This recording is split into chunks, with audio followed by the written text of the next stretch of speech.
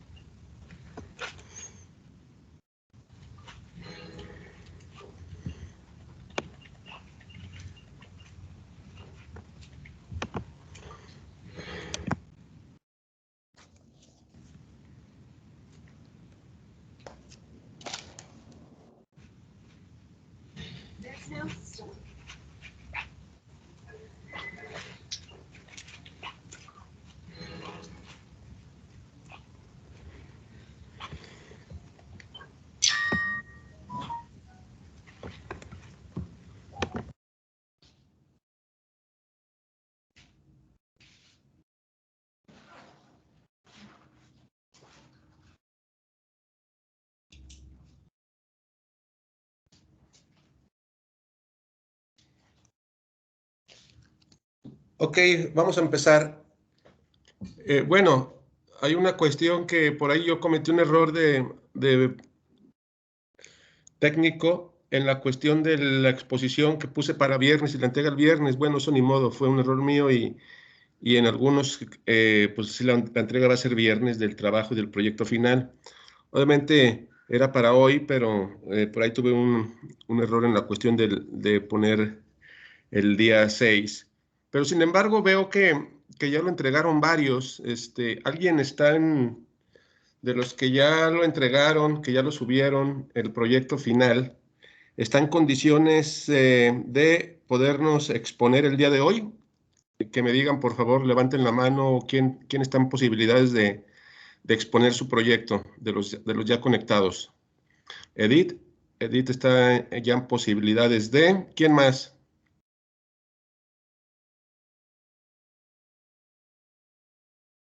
Paulina.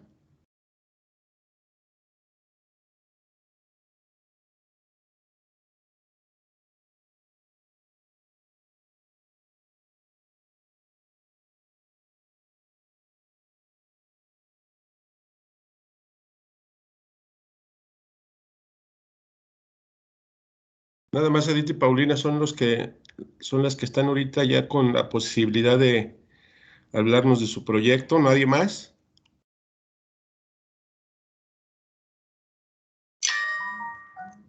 Edgar, perfecto.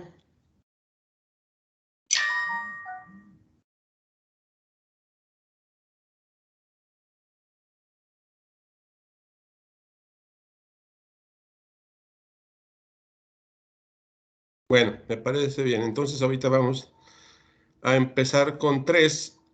Si sobre la marcha alguien más, con todo gusto, pues estaría excelente.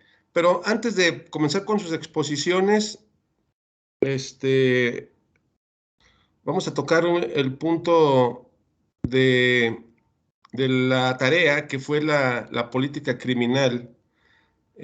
Sobre la política criminal, pues es todo un tema interesante y completamente digno de la criminología. Cuando hablamos de la política criminal, pues son todas las estrategias y herramientas que el Estado, un país, una nación, un gobierno, implementa con fines precisamente de disminuir los índices de la criminalidad. Entonces, partiendo desde ese punto de vista, todos hemos escuchado hablar tal vez en alguna ocasión que se va a implementar alguna política pública o alguna política criminal, que son dos términos que se pueden decir a todas luces que son similares o son lo mismo, ¿no? La política pública y la política criminal. Sin embargo, depende de quién la lleve a cabo, se le cambia el término, ¿no? Porque cuando se trata de políticos o de abogados, pues se habla mucho de la política pública. Y la política pública, como tal, es un término muy, muy jurídico que son todas las estrategias precisamente para implementar medidas y estrategias de desarrollo y de prevención. Pero cuando somos criminólogos, no utilizamos tanto el término de la política pública, sino que utilizamos el término de la política criminal, que viene siendo lo mismo, ¿no? Implementar las estrategias necesarias, planeaciones necesarias para poder disminuir el fenómeno de la criminalidad. Entonces es todo un tema realmente profundo para poder hablar al respecto. Pero antes de entrar en detalle, me gustaría saber lo que investigaron, lo que comprendieron de lo que es la política criminal, qué tanto pudieron haber rescatado. Carla Dayan, ¿cómo estás? Bien, profesor, gracias. Bueno, Carla, adelante. ¿Qué entendió usted por política criminal? ¿Qué investigó? Bueno, yo encontré que en sí la política criminal consiste en aquellas estrategias, instrumentos y acciones por parte del Estado.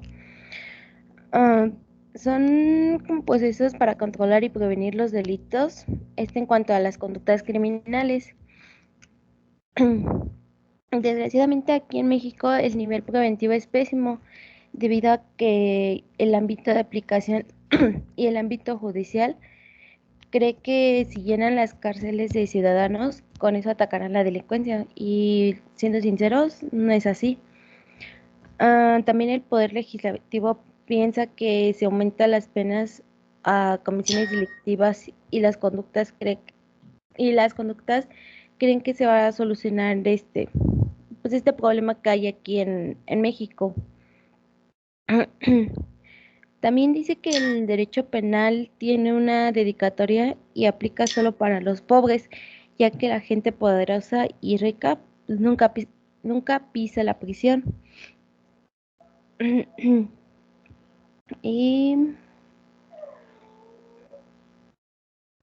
y la política criminal se conforma de 4 características: la social, que es donde se necesita estudiar, analizar, entender el entorno donde va a actuar.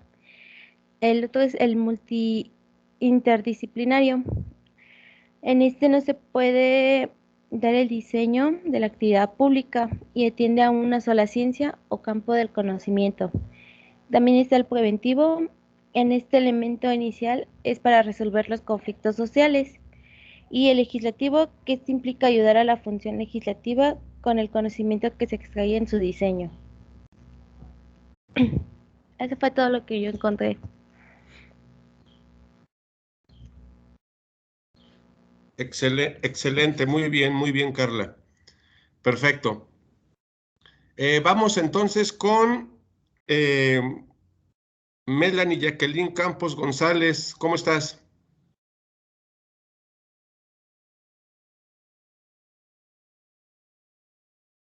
Melanie. Hola, profesor, buenos días. Hola, buenos días, Melanie. ¿Qué nos puedes comentar sobre la política criminal, por favor? Bueno, yo por política criminal encontré que es una labor del Estado la prevención del delito, para la prevención del delito para hacer frente a la criminalidad que aqueja a la sociedad y que en México han crecido muchísimo los niveles de criminalidad actualmente, más que en el año pasado, y que para que ya no suceda tenemos que tener un buen servicio policial, pero para que eso pase tenemos que tener mejores medidas en la actualidad, y eso fue lo que encontré yo, profe. Ok, muy bien, excelente. Vamos con Claudia Regina Aldaco. ¿Cómo estás, Claudia?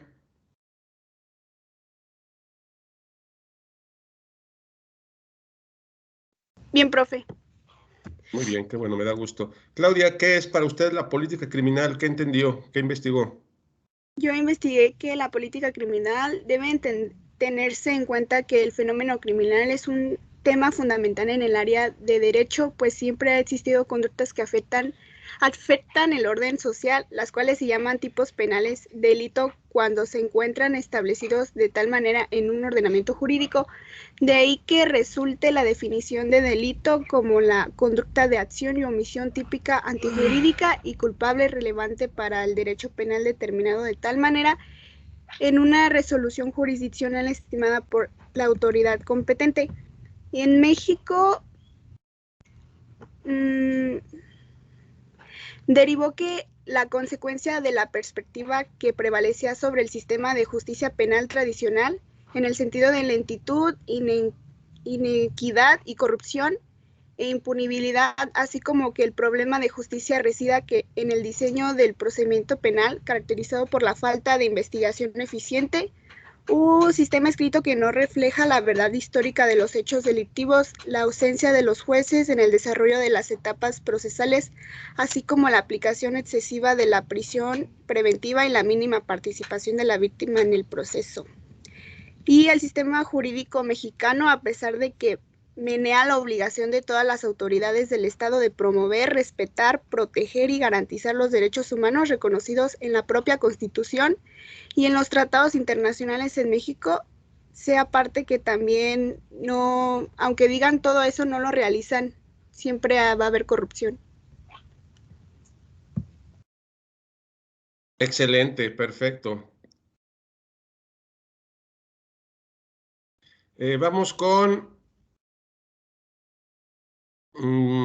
Karina Itzel Mondragón, ¿cómo estás?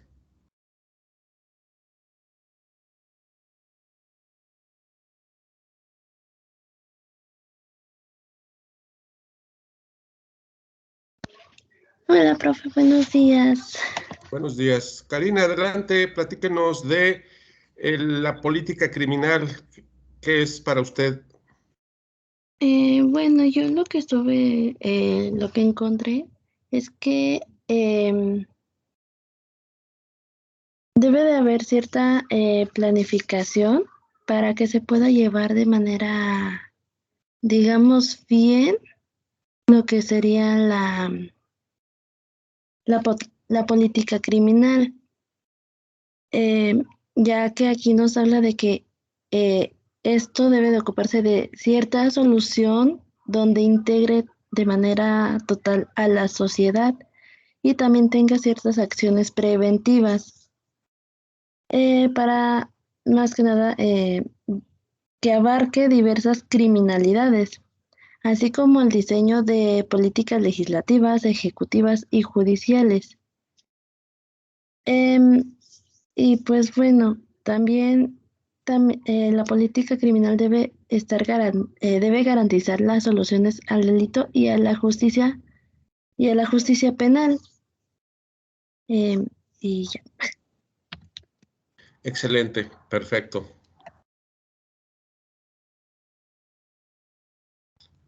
Paulina, adelante, ¿qué es para usted la política criminal?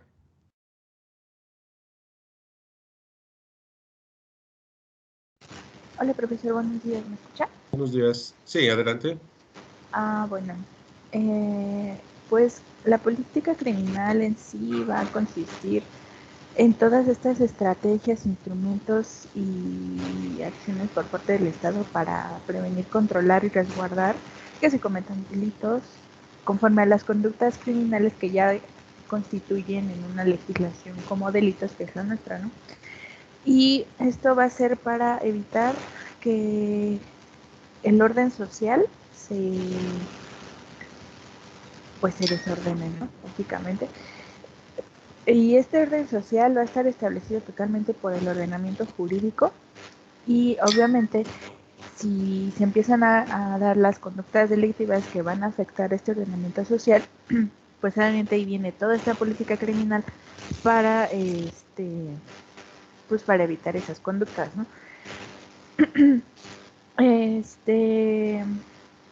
La política criminal debe de venir vinculada con una voluntad política que debe de venir a través de instituciones para llevar a cabo programas de prevención de delito y acciones de campo para conocer los fenómenos delictivos y atender el origen y las causas del objeto para erradicar y evitar que los delitos aumenten.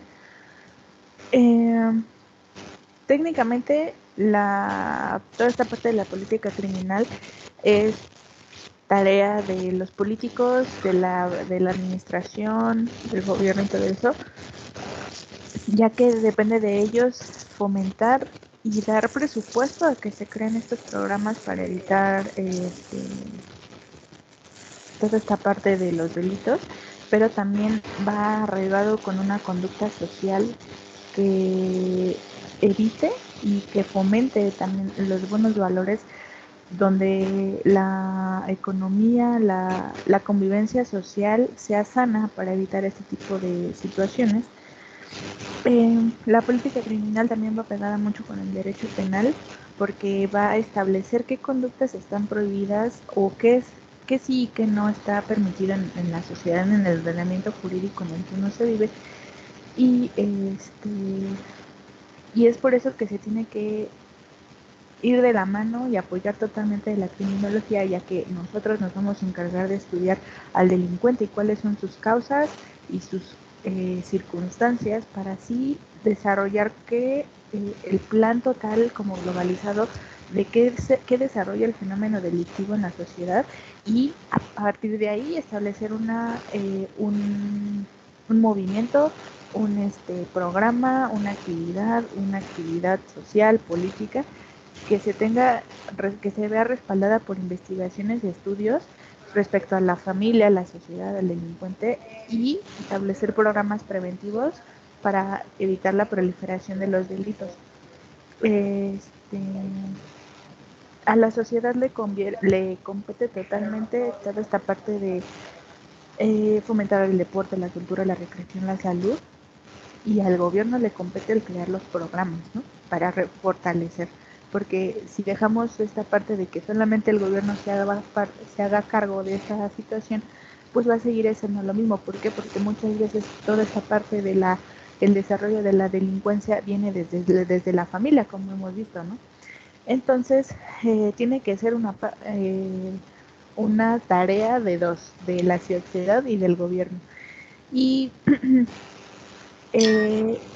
lo que resulta en nuestro país es de que la política criminal no está enfocada o no se está viendo reflejada por los fenómenos sociales, sino simplemente por lo que le compete y lo que le conviene al gobierno decir que sí es válida y que es no.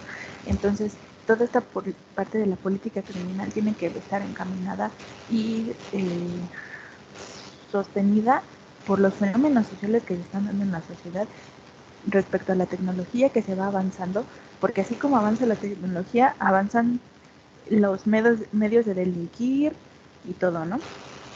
Entonces también todo esto se tiene que ver apegado con la Constitución, ya que aunque sí sean delincuentes, siguen siendo personas, y se tiene que respetar los derechos humanos de las personas que tienden a delinquir, pero también que esas personas no incumplan y que sobrepasen los derechos de las demás personas. Esta política criminal tiene que empaparse demasiado de la Constitución y la Ley Federal contra la Delincuencia Organizada, para que el nivel preventivo en nuestro país se solidifique y aumente. Y pues ya, eso es todo lo que yo investigué. Excelente, muy bien, gracias. Vamos con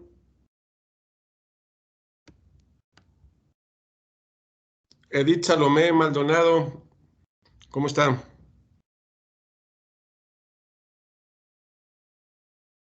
Bien, maestro. Qué bueno, me da gusto. Edith, ¿qué es la política? ¿Qué entendió por política criminal?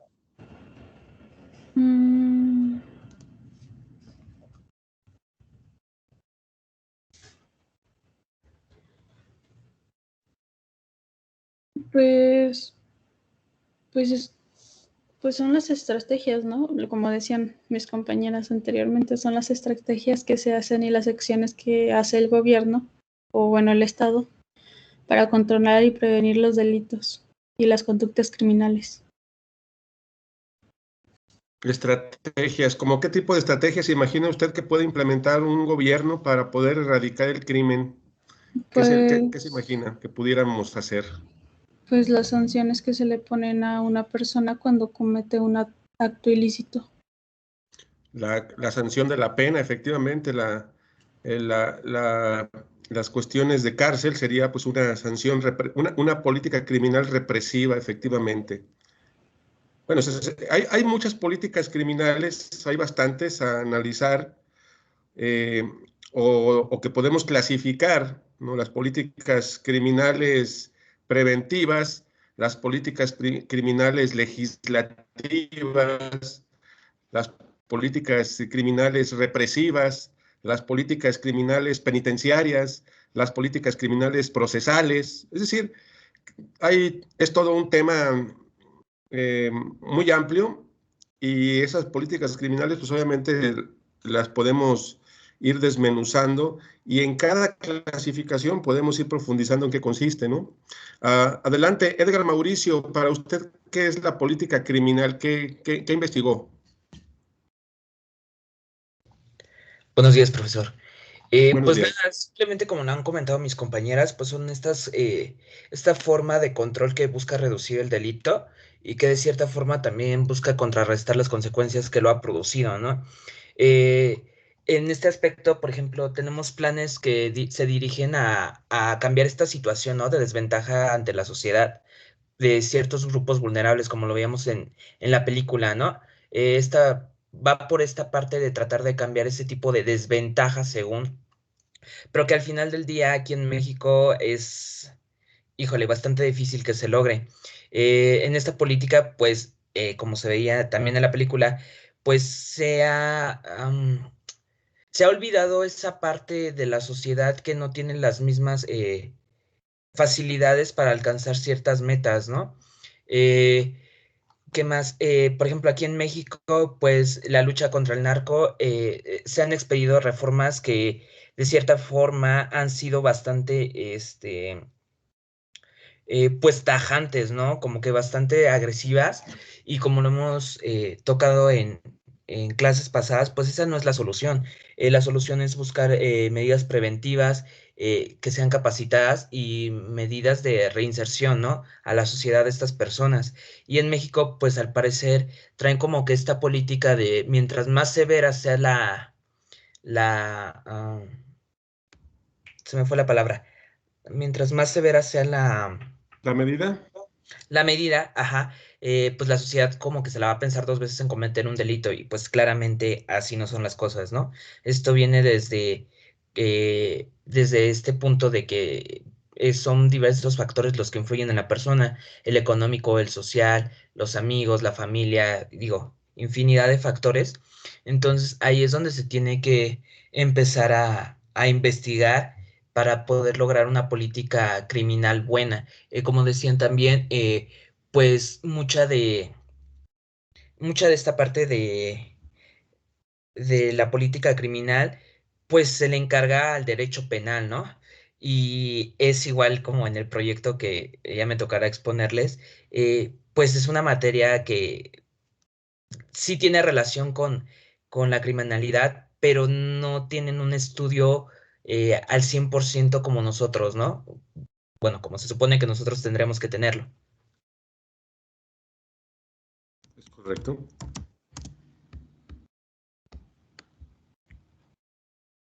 ¿Sería todo?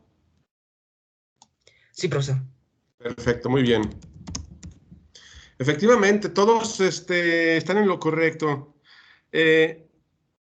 Realmente es un tema muy interesante la política criminal y yo creo que es un tema muy amplio para profundizar y meternos de lleno en la problemática nacional que hemos arrastrado a lo largo de los últimos 100 años, todo el siglo XX y lo que llamamos del siglo XXI, para ser precisos, en los que tal vez, como bien dice, bueno, no tal vez, así es, como dice Mauricio, nuestras políticas criminales muchas veces han sido no muy certeras, debido a que tal vez nos hemos enfocado a implementar políticas criminales más represivas que preventivas.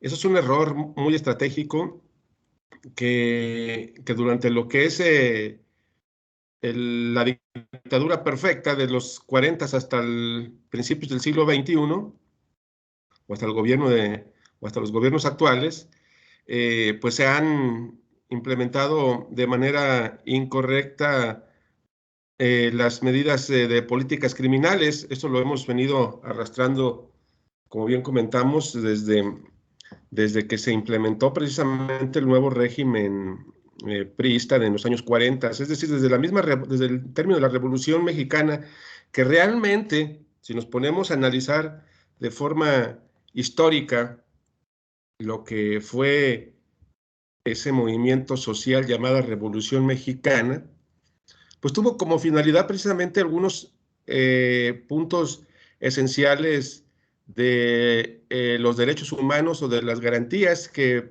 en este caso adolecía la sociedad en el porfiriato, ¿no? Que era precisamente la propiedad, la tierra, que en este caso no era muy bien repartida, lo que era precisamente las cuestiones de la educación, las cuestiones laborales, que son tres aspectos sociales que fueron, en términos históricos, la piedra medular de lo que fue el movimiento revolucionario de 1910. Repito, la tierra, que después se estableció en el artículo 27 constitucional sobre precisamente todo lo referente a la propiedad. El trabajo, que eran las condiciones muy arbitrarias en el porfiriato, y lo fundamentamos después en el artículo 123, y en la educación que era pues realmente para unos cuantos privilegiados que eran allegados al régimen porfirista, y eso lo fundamentamos en el artículo 3 constitucional, es decir, partiendo desde que esos tres principales factores sociales, junto con las demás garantías individuales, como se les llamó en aquel entonces, ahora ya derechos humanos, establecidos en la Carta Magna, sobre todo en los primeros 29 artículos de la Constitución, que ahí es donde tenemos fundamentados nuestros derechos humanos, pues es la parte o los puntos fundamentales para poder crear estrategias adecuadas de política criminal. Es decir, ahí tenemos nuestra base como estudiosos de la criminología y como conocedores del derecho y de los aspectos jurídicos. Entonces, como buen criminólogo que eres, como buen criminólogo que vas a ser, pues tienes toda una base jurídica, una base psicológica, una base social para poder implementar estrategias de política criminal. Como bien decían ahorita ustedes, tal vez el Estado, el gobierno a través de los políticos, es el que tiene esta labor fundamental de crear esas estrategias. Sin embargo, pues creemos, y sin temor a equivocarnos, que a lo mejor el político en turno, a nivel municipal, a nivel estatal, a nivel federal, pues es el que las deberá implementar, pero el que las pudiera o el que las debiese realizar, precisamente el que debiera de implementar las estrategias, organizar esas estrategias, el diseño, mejor dicho, pues es un criminólogo, no es el político. El político no tiene conocimientos profundos, como bien decían ahorita algunos de ustedes, sobre realmente la problemática social que se vive. El político se enfoca muchas veces nada más en cuestiones básicas, ¿no? O gobierna de acuerdo a sus intereses, o llega al poder, también hay que decirlo con todas sus letras, sin ninguna capacidad para poder gobernar o para poder diseñar estrategias de políticas públicas o políticas criminales. Llega ahí porque o lo encumbraron al poder los grupos de intereses económicos privados o grupos de intereses inclusive del mismo crimen organizado, que ahí ya es una situación lamentable, ¿no? Que grupos de intereses del crimen organizado encumbren a un personaje a la política, que sucede, por eso lo estoy mencionando, porque sucede bastante en niveles municipales, en niveles estatales y también en niveles federales, pues para poder implementar políticas criminales, pues se torna hasta cierto punto, pues no imposible, pero sí complicado, porque todo lo que representa ese conflicto de intereses y que porque muchas veces el político en cuestión, pues es parte de la criminalidad en nuestra sociedad mexicana, es una realidad. Entonces, sí vivimos una situación complicada por estas cuestiones que estamos aquí mencionando. Sin embargo, como criminólogos, pues debemos de saber y debemos de conocer lo que es la política criminal y sobre todo para poder diseñar estrategias, porque muchas veces en la práctica podemos ser contratados, podemos ser requeridos por algún gobierno, o nosotros nos pueden recomendar para trabajar a niveles municipales, bueno, en todos los puntos, ¿no? Tanto niveles vecinales como municipales, delegaciones, estados o a nivel federal, para poder diseñar políticas criminales o políticas públicas para erradicar el fenómeno criminal. Y entonces, desde ahí tendríamos que comprender la importancia y la magnitud de estas estrategias. Para empezar, cuando hablamos de política criminal, tendríamos que desmenuzar lo que es política en sí. La política tiene muchas acepciones, ¿no? Muchas acepciones, y ha adquirido, conforme ha pasado el tiempo, pues una interpretación social negativa, ¿no? Hablar de política en términos generales suele ser pues una palabra que para el género colectivo pues significa corrupción. Sin embargo, la acepción original de la palabra política, pues que viene desde los griegos con Aristóteles y con Platón, pues el aspecto en sí de la palabra política, pues es el gestionar los aspectos principales del pueblo, es decir, de los intereses precisamente de la colectividad hacia el bien común. Por eso de ahí se deriva ética del pueblo, polis de pueblo y ética, ¿no? Que debemos de implementar la ética al servicio del bien común o del pueblo. Eso sería como la etimología, ¿no? De lo que es polis y ética, política como tal.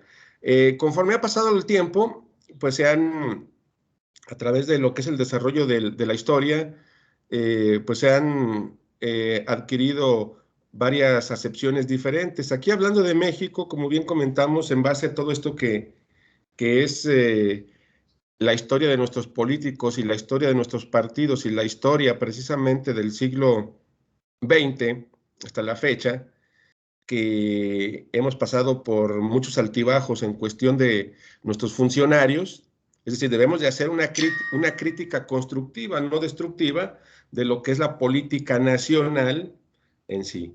Pero bueno, eso en esta materia no nos compete, eso lo dejo ahí como que al aire para que se pueda nada más como que visualizar e interpretar que realmente nuestros políticos es una realidad han quedado de ver.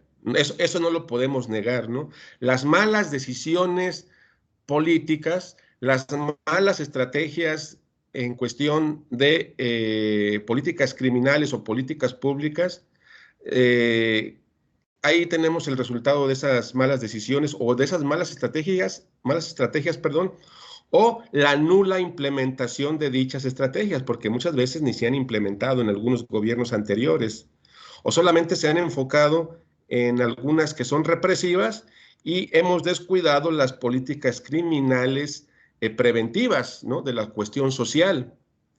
Entonces, por eso yo mencionaba esa cuestión de la lucha de la Revolución Mexicana, que todo parecía que esa revolución idealista, esa revolución ideológica y, que tiene bastantes tintes precisamente de lucha social, con esos problemas de la educación, de la propiedad de la tierra, del trabajo, que esa fue la parte medular del movimiento bélico nacional del 1910, pero que para muchos estudiosos del tema, para muchos filósofos históricos de lo que es la Revolución Mexicana, pues realmente quedó a deber, ¿no? Porque no se implementó por lo que se luchó, sino que al término supuestamente de la Revolución Mexicana, con la formalidad de la Constitución Política en 1917, que ahí puso de antemano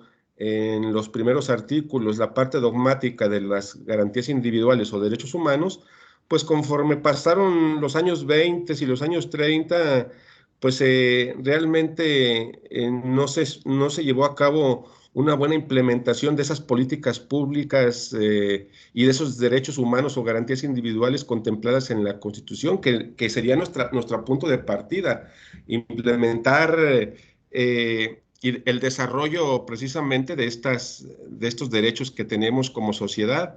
Sin embargo, llegaron los regímenes o el régimen priista en 1929, con Plutarco Elías Calles, que fueron los primeros antecedentes del régimen dictatorial partidista, y hasta que se consolida después con la formación del PRI en 1945 y después en el gobierno de Miguel Alemán Valdés en 1946, desde el 46 hasta el 2018, que se contempla como un régimen precisamente priista, con sus dos gobiernos obviamente panistas, que fue el de Fox y el de Felipe Calderón 2006-2012, y que si hiciéramos un balance sexenal con cada presidente, desde Miguel Alemán Valdés, que inicia en 1946, hasta el cierre con Peña Nieto, dejo entre paréntesis el gobierno actual, porque pues apenas lleva 3 años y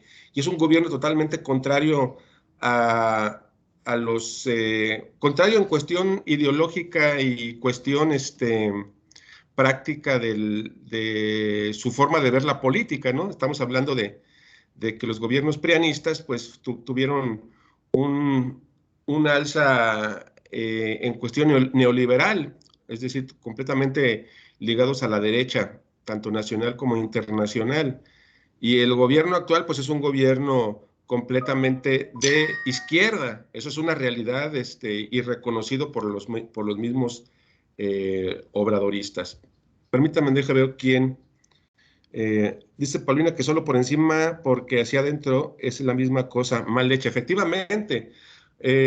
Bueno, aquí hay que verificar que sí existen dos sistemas, ¿no? Derechas e izquierdas en cuestión política.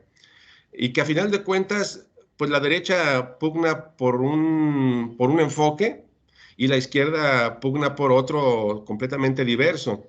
Sin embargo, si ya somos críticos y analistas, pues muchas veces tanto queda de ver uno como otro. Simplemente hay que comprender qué es lo que, hacia dónde se enfoca la derecha, que es totalmente, en los últimos 40 años, gobiernos neoliberales. Para comprender lo que es el neoliberalismo, pues es un aspecto que pudiera parecer complejo, que es un sistema económico implementado desde 1982 hasta el 2018 con la salida de Peña Nieto, son gobiernos completamente privatizadores, y que no dejan de ser gobiernos clasistas, precisamente los gobiernos neoliberales, desde Miguel de la Madrid hasta el gobierno peñista, ¿no? Completamente clasistas y que ven por intereses completamente particulares.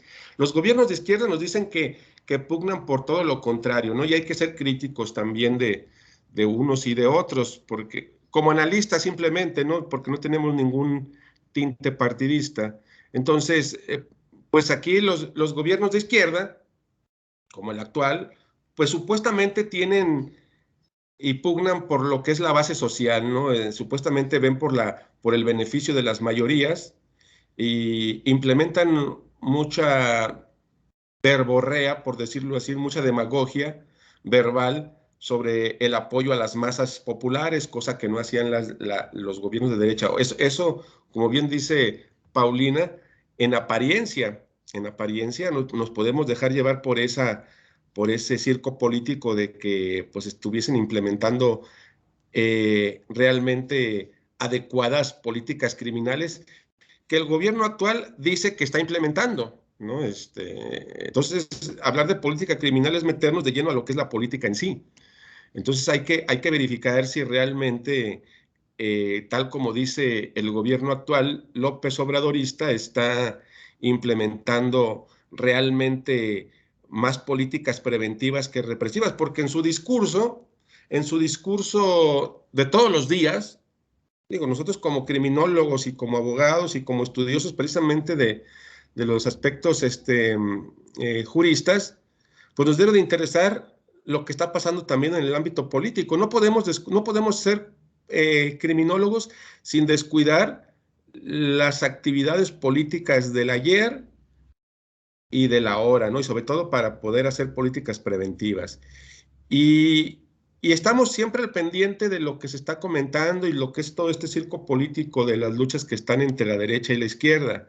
Por un lado vemos a una derecha realmente derrotada moralmente, ¿no? Una derecha que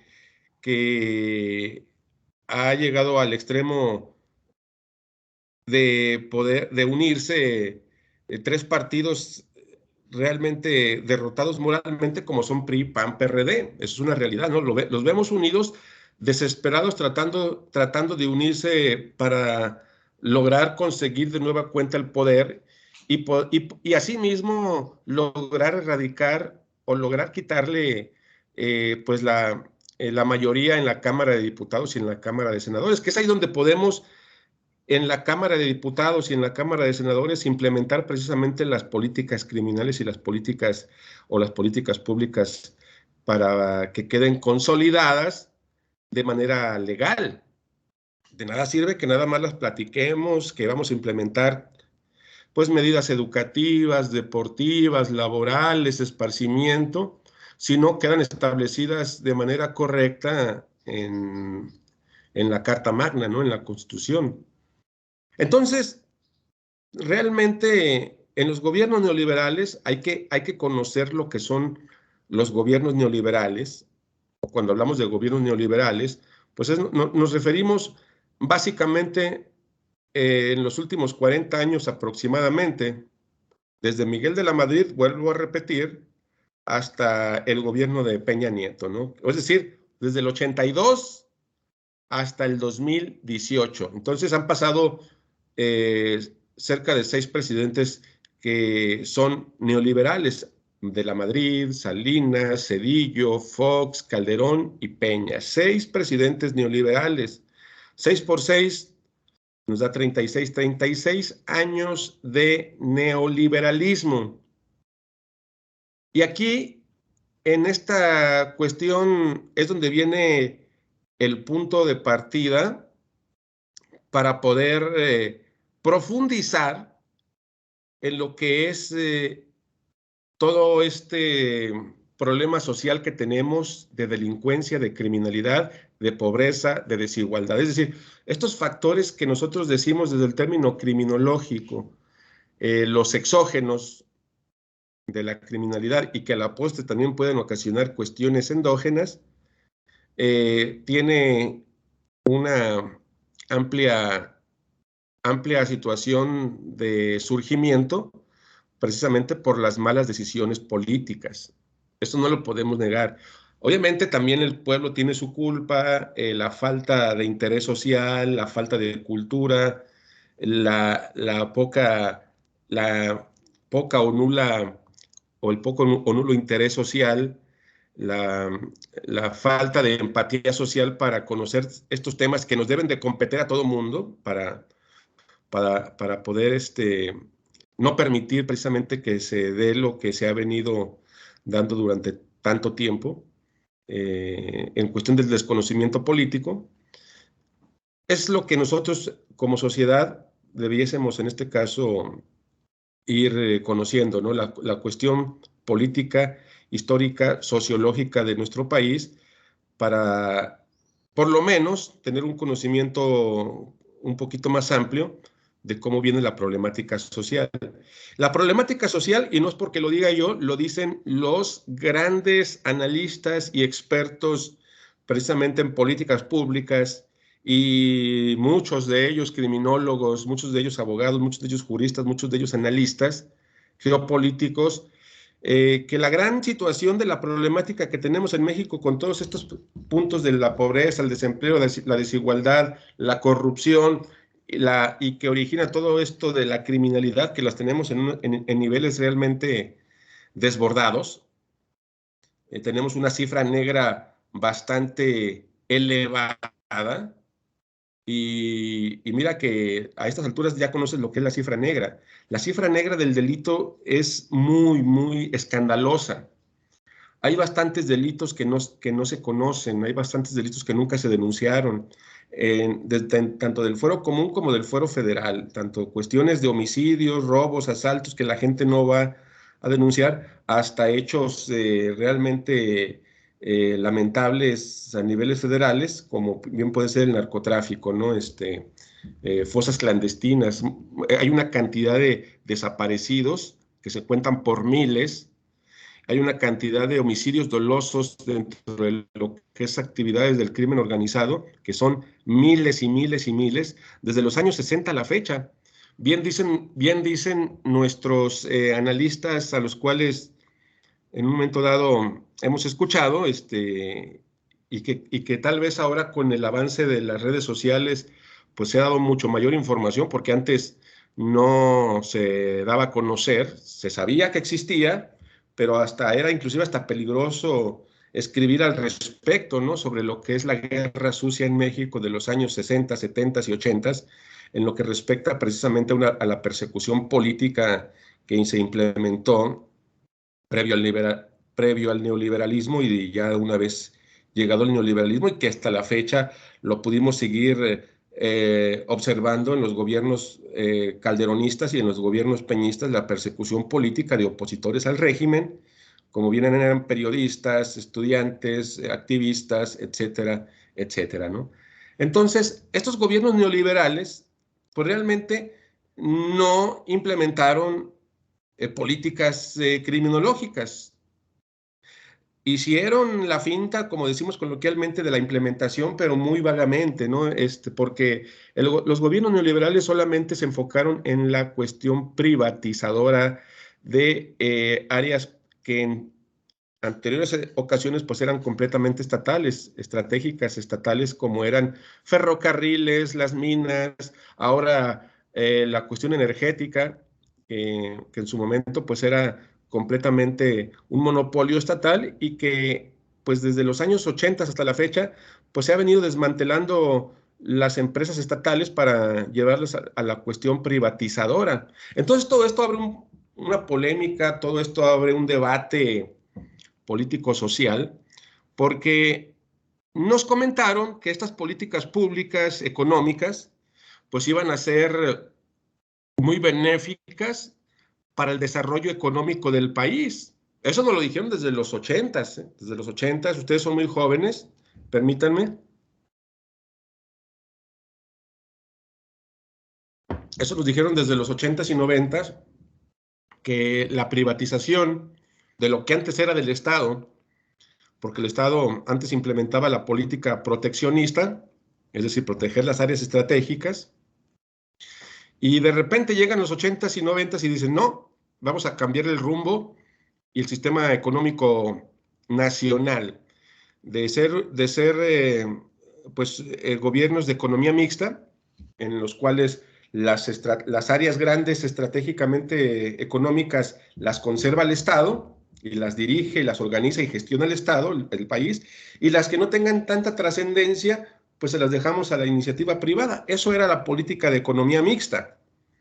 Sin embargo, cuando llega el neoliberalismo, entiéndase neoliberalismo por un sistema económico político creado por los norteamericanos o por los intelectuales extranjeros norteamericanos para implementarlos en América Latina. Es decir, fue toda una estrategia que nos vendieron a través de nuestros políticos mexicanos para que se implementara precisamente las privatizaciones de lo que antes era estatal, privatizarlo, con la finalidad de que esto iba a traer pues un desarrollo, vuelvo a repetir, económico, cultural, laboral, tanto a nivel nacional como a niveles individuales en todas las familias. Es decir, nos vendieron esa idea desde los 80s y 90s para poder que la gente no, sobre todo los intelectuales de las épocas o de aquellas épocas o los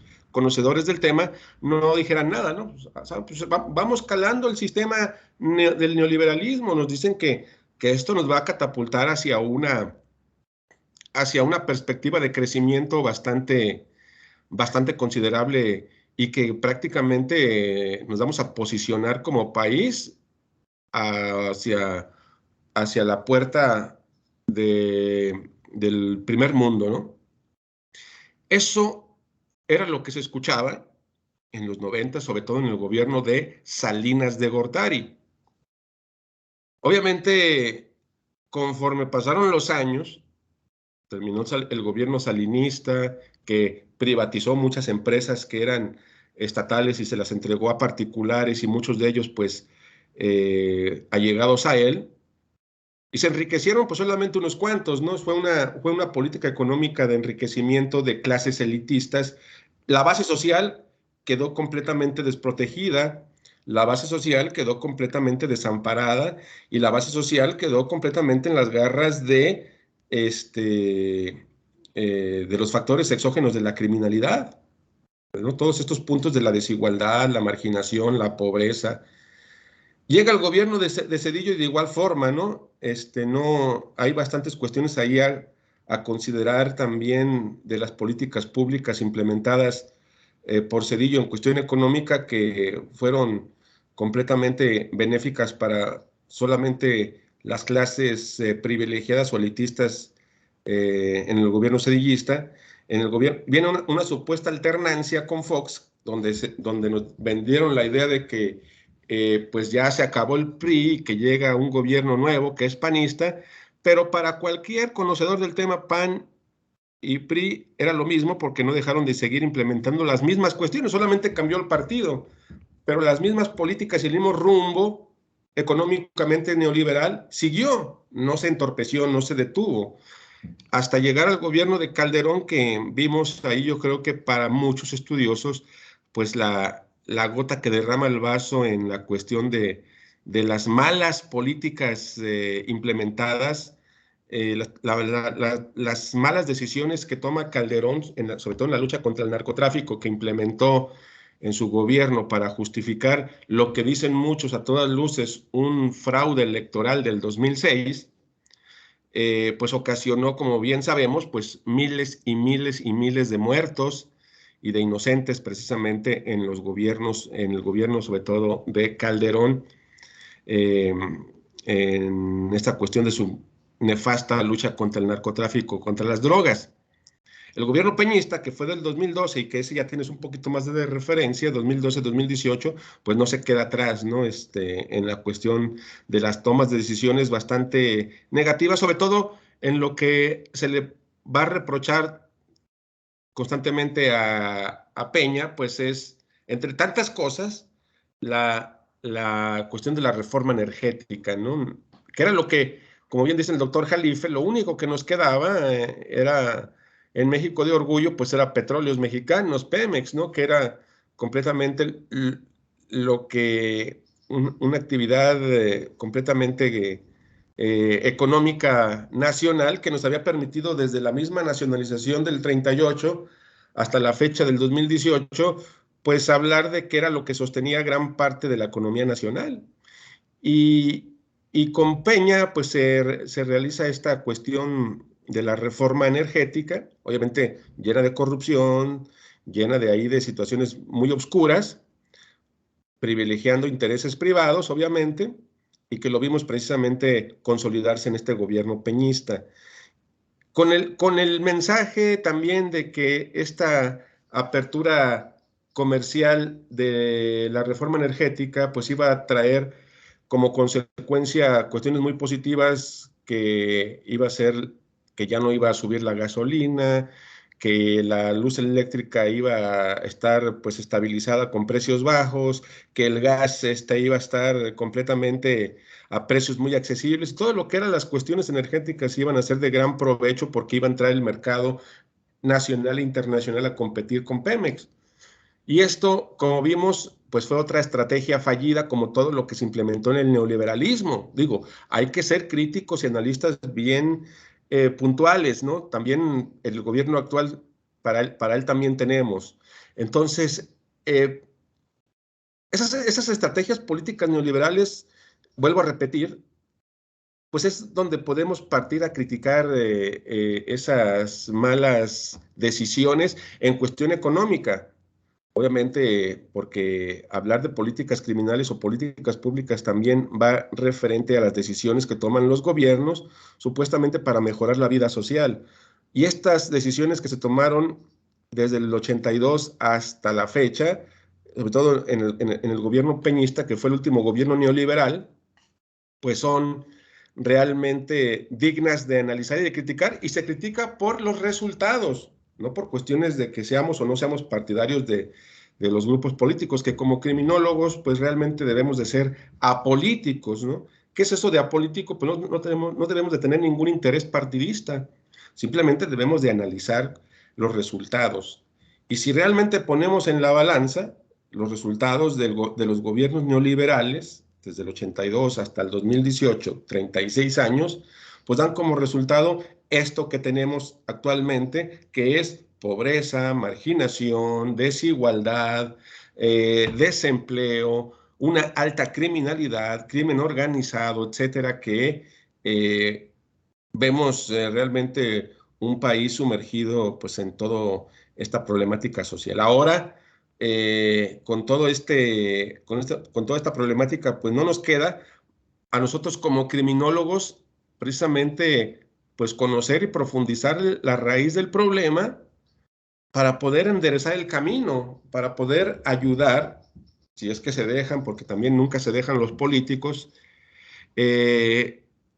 implementar buenas estrategias de políticas públicas o políticas criminales.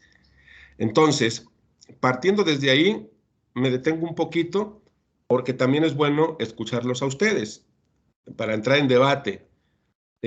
Sobre esto de la política criminal en cuestión del neoliberalismo, en cuestión de los gobiernos anteriores, alguien que quiera comentar algo al respecto, los escucho para continuar. Hasta aquí, ¿cómo vamos? ¿Bien? ¿Alguien que quiera comentar algo?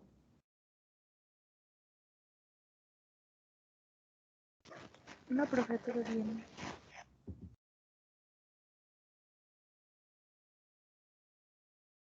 ¿Todo bien? Perfecto. Bueno, y es aquí donde nos centramos porque tenemos una gran problemática en estos tiempos en los cuales estamos o nos está tocando vivir, ¿no? Entonces existen varios puntos a considerar. La raíz del problema viene de tiempo atrás, no es de ahorita. Eso es una realidad, ¿no? Y no es por defender a este gobierno que lleva 3 años, pero la raíz del problema es correcto, de mucho tiempo atrás. Entonces, partiendo desde aquí, nosotros como analistas o como criminólogos, podemos implementar varias estrategias. Primero que nada, existe la política criminal en cuestión social.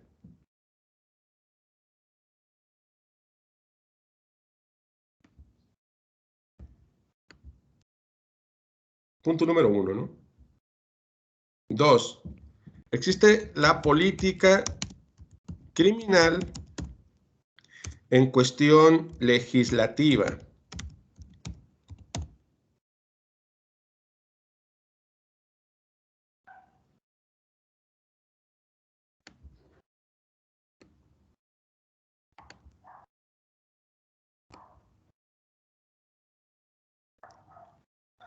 Existe la política criminal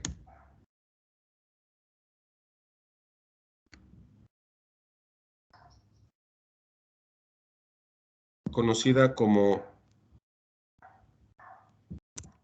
procesal.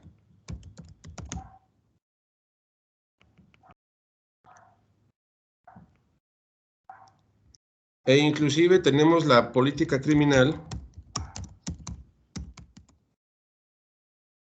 penitenciaria. Por decir de las más sobresalientes e interesantes que pueden existir ahorita en estos tiempos, ¿no?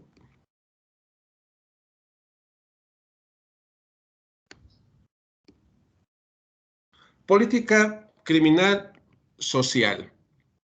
Bueno, ya comprendiendo que la política criminal son todas aquellas medidas estratégicas que implementa un gobierno, un Estado para disminuir el fenómeno delictivo, llámese a nivel municipal, llámese a nivel federal, llámese a nivel estatal. Vamos a puntualizar que existen varios elementos a considerar de política criminal, como es la penitencia, como es la social. ¿Qué sería la política social? ¿Alguien tiene idea?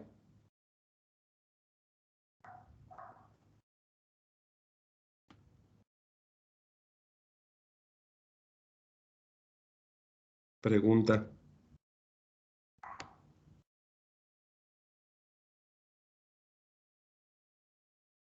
No, profesor.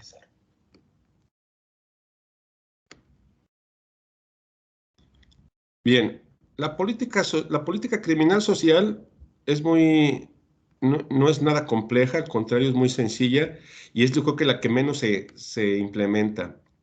Por ejemplo, cuando yo hablo de política criminal social, podemos mencionar lo siguiente, que para poder disminuir el fenómeno delictivo,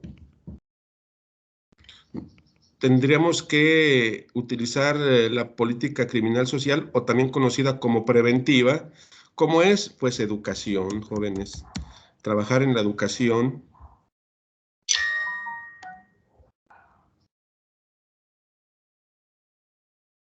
Trabajar en las áreas del empleo, desarrollar empleo, desarrollar capacitación, desarrollar deporte, desarrollar implementaciones precisamente de salud, vacunación, etcétera, que son de lo más elemental, o de las áreas más elementales de una política criminal social. Si nosotros a niveles municipales, a niveles estatales o federales, comprendiendo la política criminal social como una cuestión obviamente preventiva, si atacamos al fenómeno delictivo, al fenómeno criminal desde antes de que aparezca, creo que tendríamos, como dicen los expertos y analistas, resultados muy positivos. Obviamente la criminalidad nunca va a acabar, nunca va a terminar, pero sí lo que busca la política criminal es el disminuir precisamente el fenómeno delictivo, los factores exógenos que provocan la criminalidad.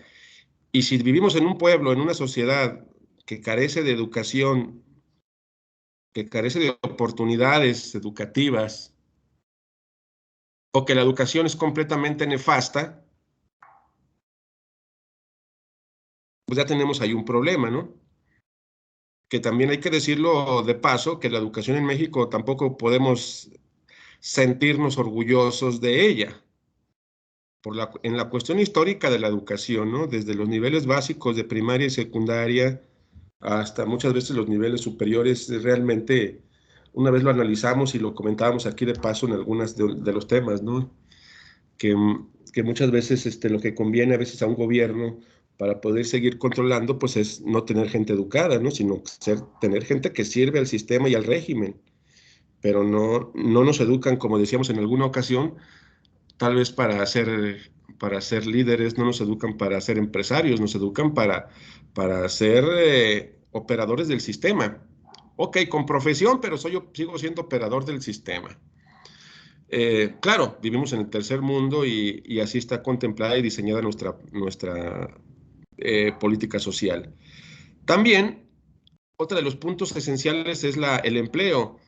Si implementamos el empleo, oportunidades, hacemos estrategias con los empresarios, etcétera, para mejores condiciones laborales, etcétera, que trabajen en conjunto gobierno, iniciativa privada y sociedad, y gremios laborales y sindicatos, pues eso sería lo correcto, pero obviamente no hemos implementado, o se ha tratado de implementar, pero no se ha llegado a buen puerto en las políticas laborales. Ahora que ya se está implementando la reforma laboral y las reformas también del outsourcing para erradicarlo, que era algo que no permitía realmente las buenas condiciones ni la antigüedad laboral con toda esta problemática del outsourcing.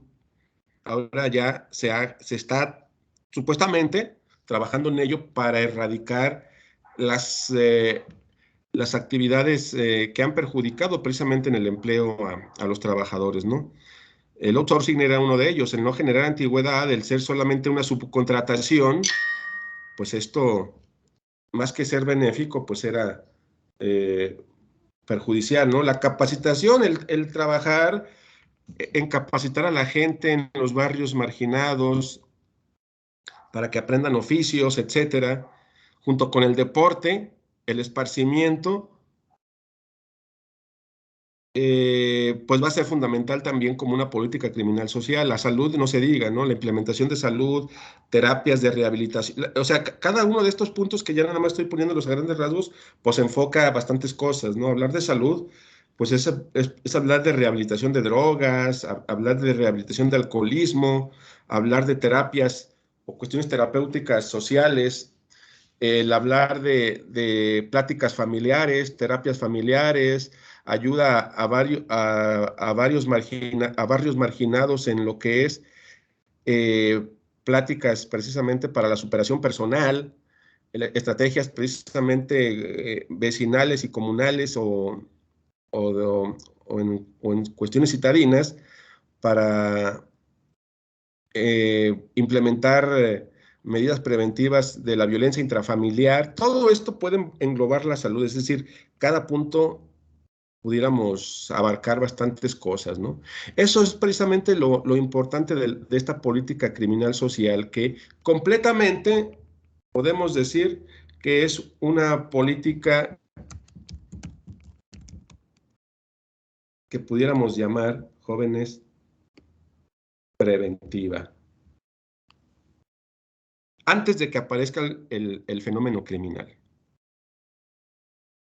Entonces, esto va a permitir que si la gente tiene educación, tiene empleo, tiene capacitación, tiene esparcimiento deportivo, se ha llegado a implementar cuestiones de salud en todos los aspectos psicológicos y físicos y psicopatológicos, pues eso ocasionará que el sujeto que no tiene estudios, que no tiene empleo, que está de ocioso, pues esté pensando en delinquir, es decir, atracamos como política criminal antes de que suceda. Y eso lo podemos implementar en nuestra colonia, en nuestro barrio, en nuestra delegación, en nuestro municipio, en nuestra ciudad, en nuestro estado y a niveles federales. De lo cual pocas veces se aborda como política criminal. ¿Se comprende este punto número 1, jóvenes? Sí, profesor. Sí, profe. En lo que corresponde al punto número 2, cuando hablamos de una política criminal legislativa, estamos hablando tal cual, ¿no? Tal cual, de forma literal, como dice el nombre, el crear leyes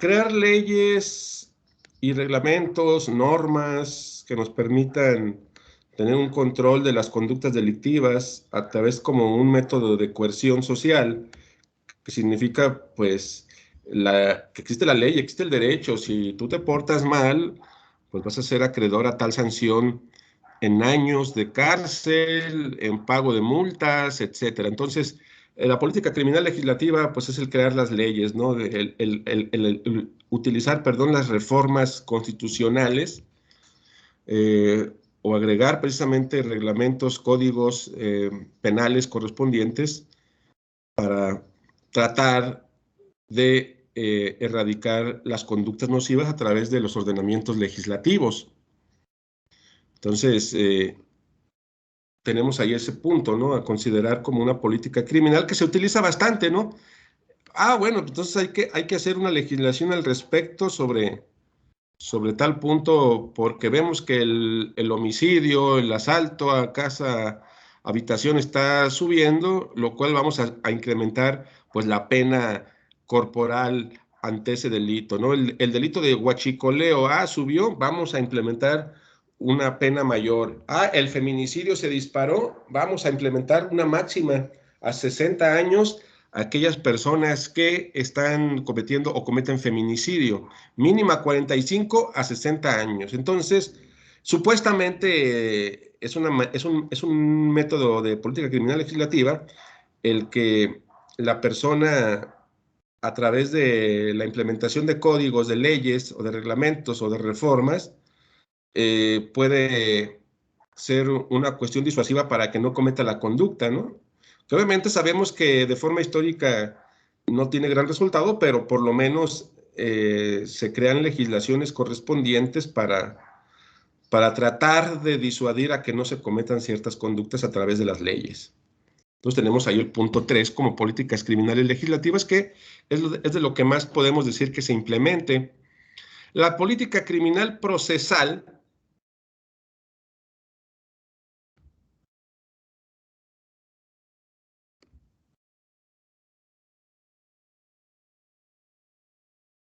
La política criminal procesal, pues estamos hablando de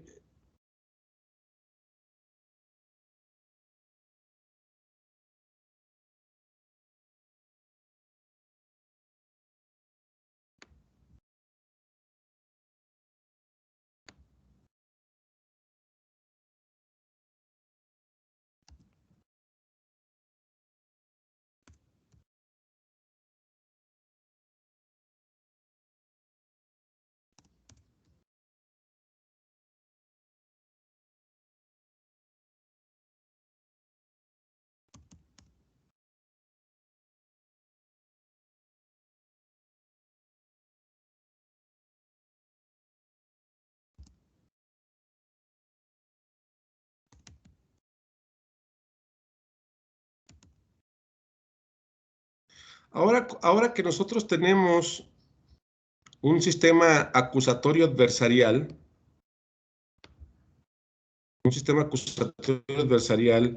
que entró en vigor en el 2000, a nivel nacional, en el 2016, para ser exactos, en junio del 2016, aunque desde el 2008 entró en varios estados, se tenía como prerrogativa que desde el 2008 al 2016 se iban a implementar el nuevo sistema acusatorio adversarial. Este nuevo sistema acusatorio adversarial, no sé si ahorita lo estén viendo ustedes en alguna materia, o si no lo van a ver pronto, tal vez en alguna materia, porque pues es un tema muy importante para los criminólogos también, aunque obviamente es muy jurídico, pero no podemos ser criminólogos sin conocer el sistema acusatorio adversarial que nos rige actualmente bajo los juicios orales.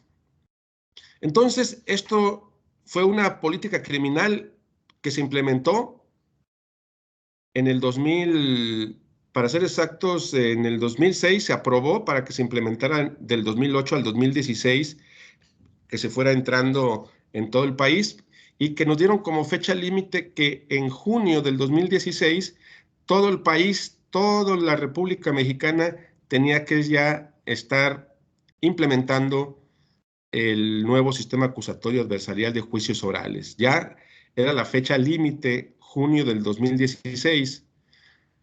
Y tenemos 5 años a nivel nacional ya con el sistema, desde el 2016 ahora que estamos en 2021, 5 años con el sistema ya implementándose a nivel nacional como una política criminal procesal que tiene bastantes cosas, consideramos nosotros más positivas que negativas, pero que en la práctica pudiesen parecer negativas por el desconocimiento, tanto de los policías, la falta de capacitación de los policías, de los ministerios públicos, de los abogados, de los peritos, que fue de lo que más teníamos problemas en el principio de la implementación de este sistema acusatorio adversarial, por ese mismo desconocimiento, ¿no? Este nuevo sistema acusatorio adversarial se creó como una política criminal procesal debido a que el anterior sistema llamado inquisitivo mixto pues ya estaba obsoleto, estaba lleno de irregularidades, estaba lleno de corrupción, estaba lleno de situaciones lamentables en todos los operadores del sistema. El crimen organizado ya había entrado en las policías estatales, municipales, federales, en las mismas dependencias públicas, en los mismos gobiernos municipales, estatales y federales, no es un secreto.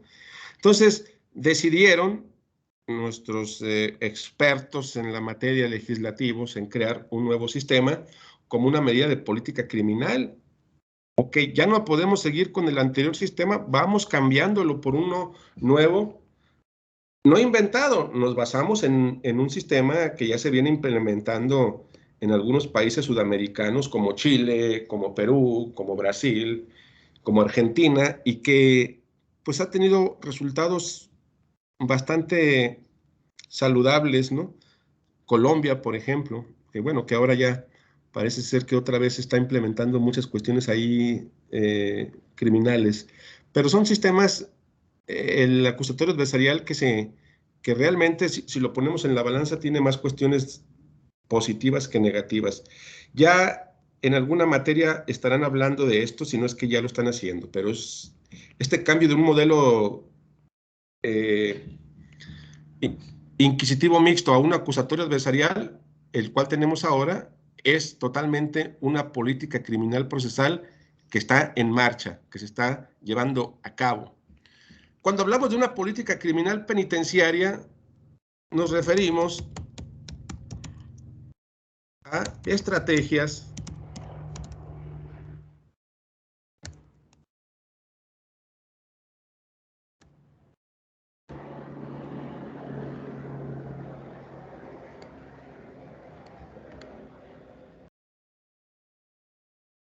de reinserción social.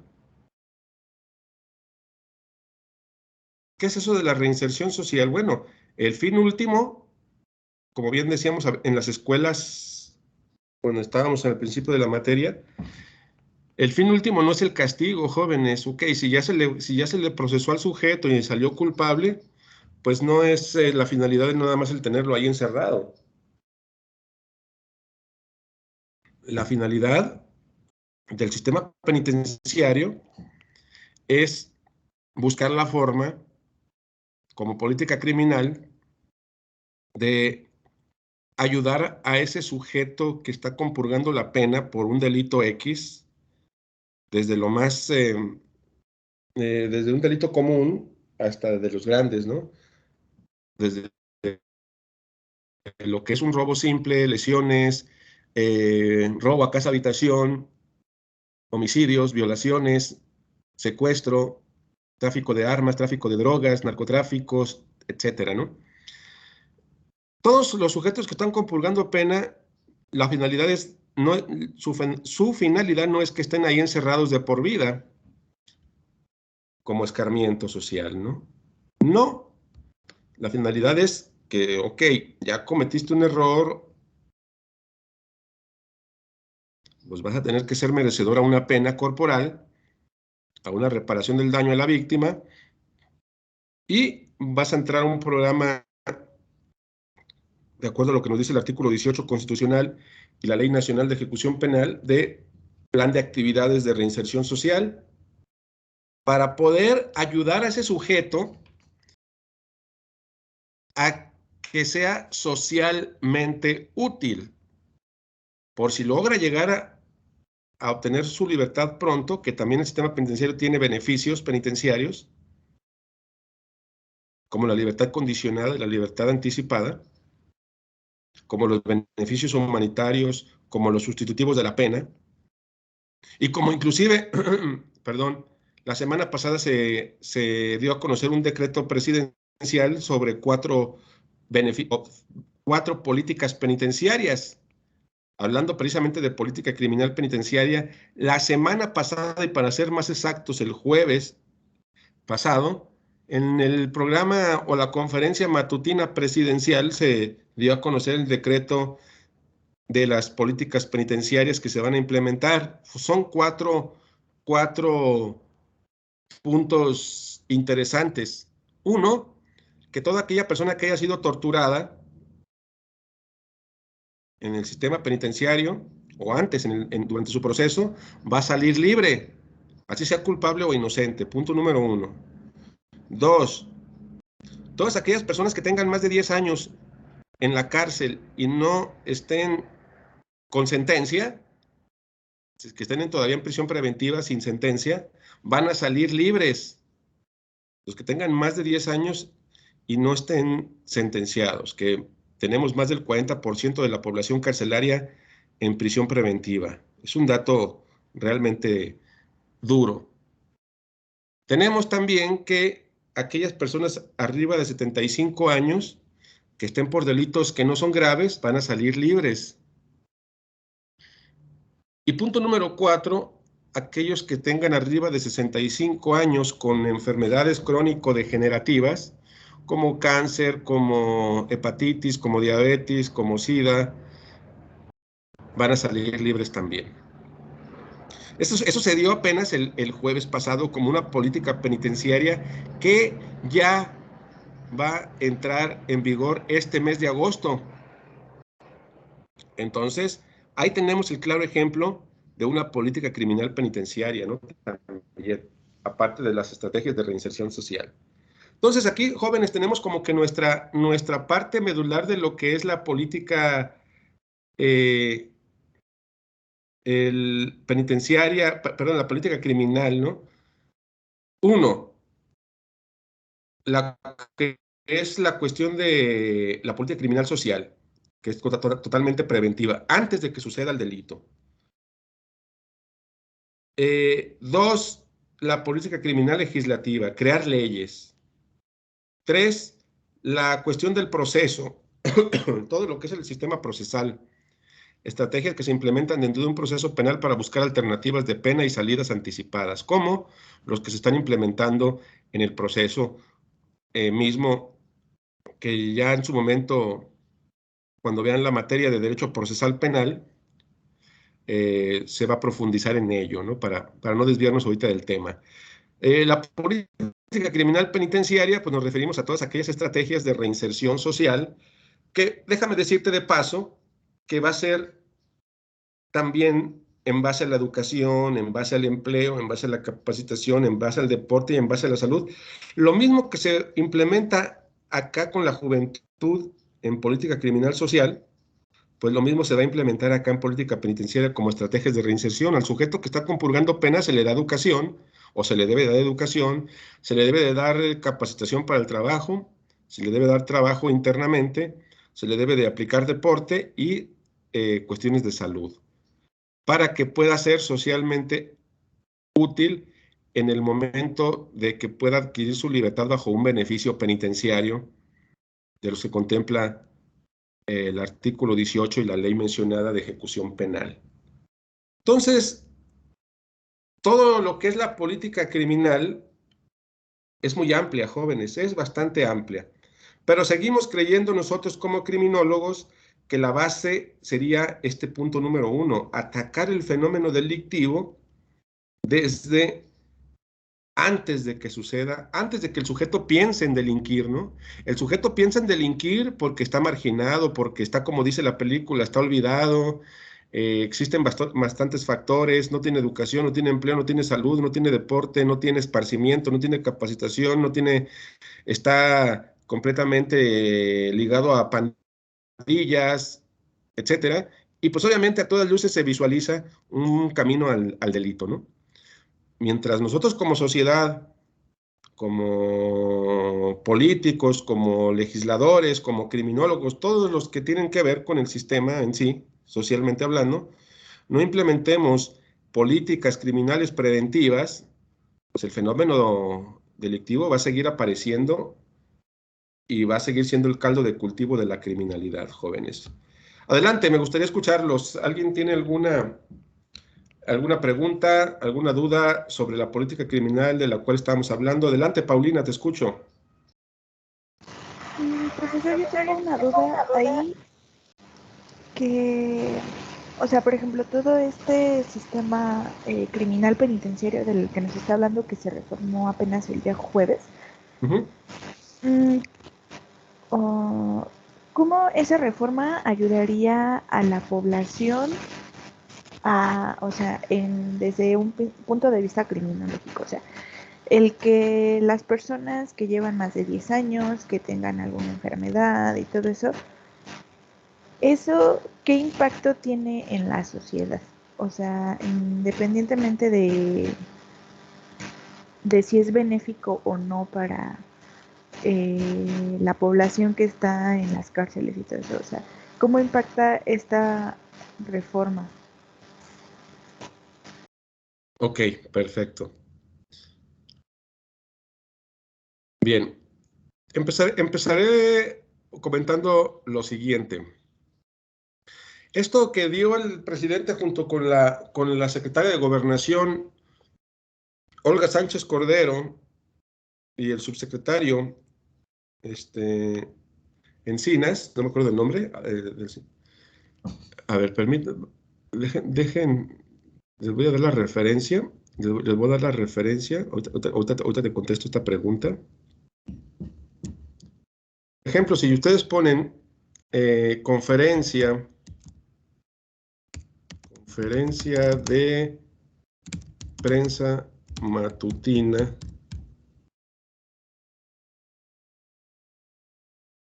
acá estuvimos el jueves pasado, creo que estuvimos a 29, del 29 de julio. Va a aparecer lo siguiente. Aquí está, mira.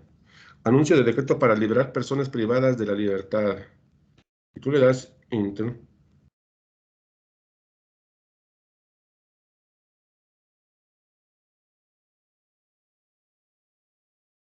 Aquí, en este video, habla ahí la secretaria de Gobernación, está dando a conocer precisamente ese decreto presidencial. Bueno, ahí nomás para que les dejo el dato para si lo quieren ver, ¿no? A partir del minuto 20 en adelante nos habla de ello. Me voy a la respuesta.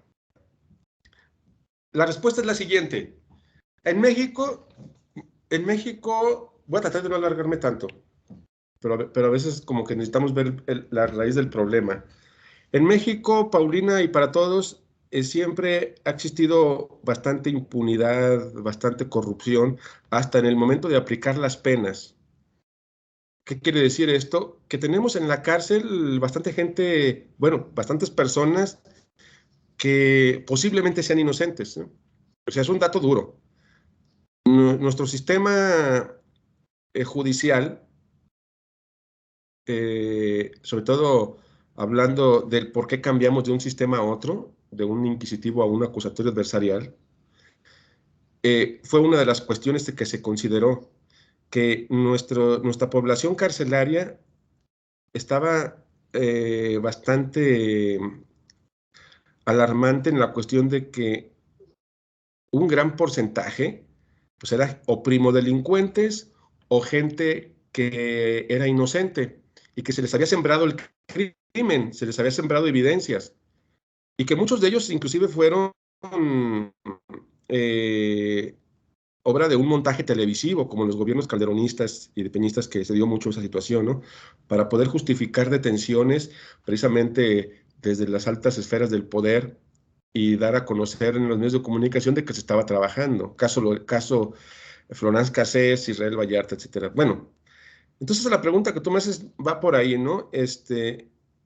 Y por cuestiones también de que estamos inmersos desde el 2011 en la cuestión de los derechos humanos. Todo esto de los derechos humanos ahora es un tema muy importante y es un tema trascendente que no podemos dejar de lado. La cárcel, mientras una persona está siendo torturada durante su proceso, fue torturada para que se dijera culpable muchas veces. Y es inocente completamente, no tenía nada que ver con el delito, ¿no? Y lo torturaron tanto en el proceso como en el sistema penitenciario y dijo, bueno, pues yo fui, pero no me peguen, no me violen o dejen de violarme, no violen a mi familia y yo soy lo que ustedes quieran. Mucha gente está compurgando pena por esta situación porque las autoridades los violentaron. Punto número uno. Dos, hay mucha gente que es inocente, o aunque no sea inocente, a lo mejor no se les ha implementado una sentencia.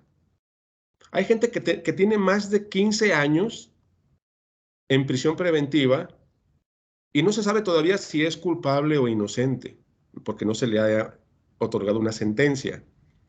Entonces, eso va en contra de los derechos humanos que entraron ya y que están a todo lo que da desde el 2011 a la fecha. La persona, si no tiene una sentencia y ya pasó más de 10 años, dice el nuevo decreto, va a salir en libertad. ¿Por qué carajos está una persona después de 10 años o más sin sentencia? Ah, es que todavía no nos llegan datos. Ah, bueno, si no hay datos es porque a lo mejor o no es culpable o no se trabajó bien desde las dependencias que lo tenían que hacer.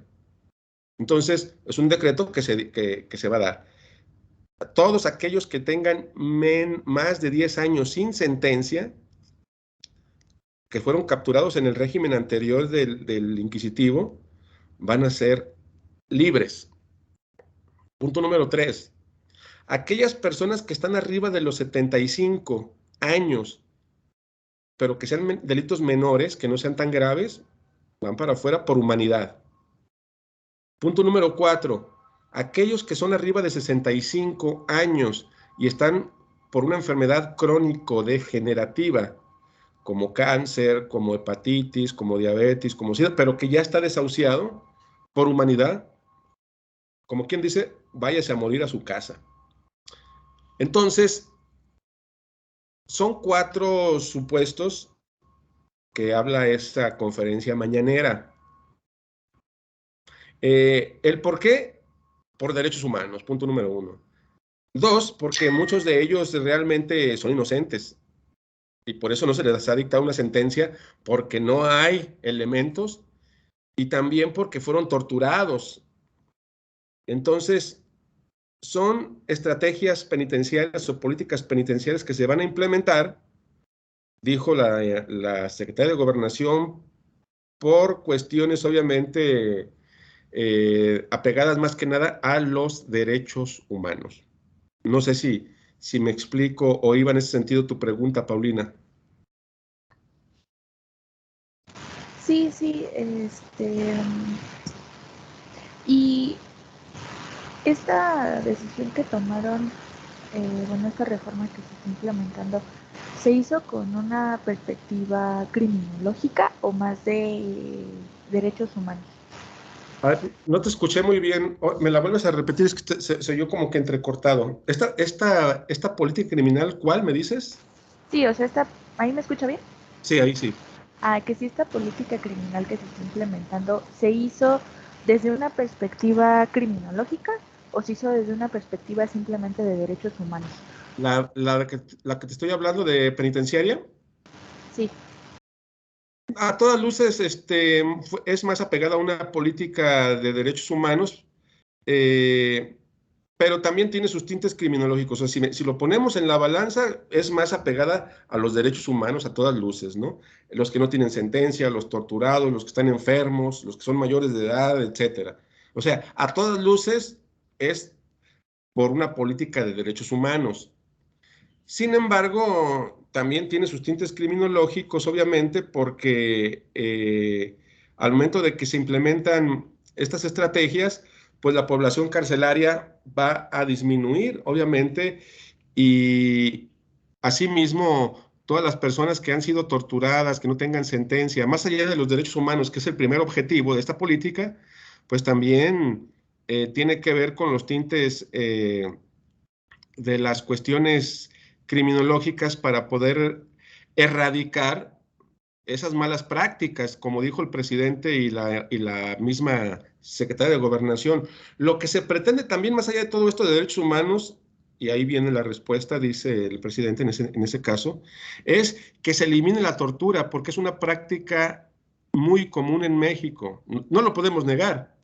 La tortura es una práctica muy común y casi el 45% de los sentenciados o más, nos podemos atrever a decir que más del 60%, pues están ahí porque los obligaron a decirse culpables.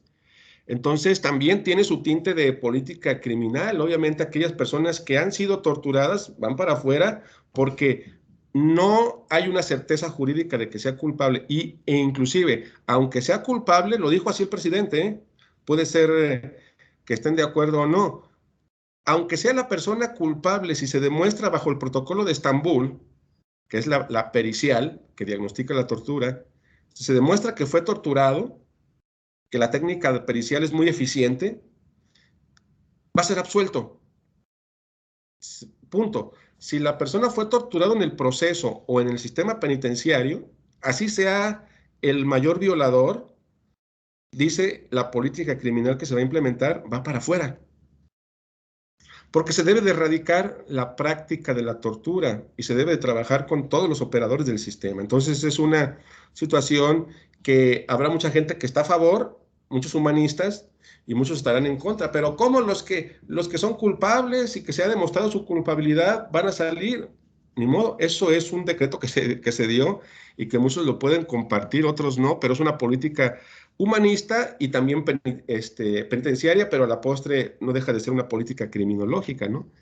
Entonces sí tiene sus dos tintes, ¿eh? De derechos humanos y obviamente al ser una política penitenciaria no deja de ser política criminológica. ¿Qué opinan?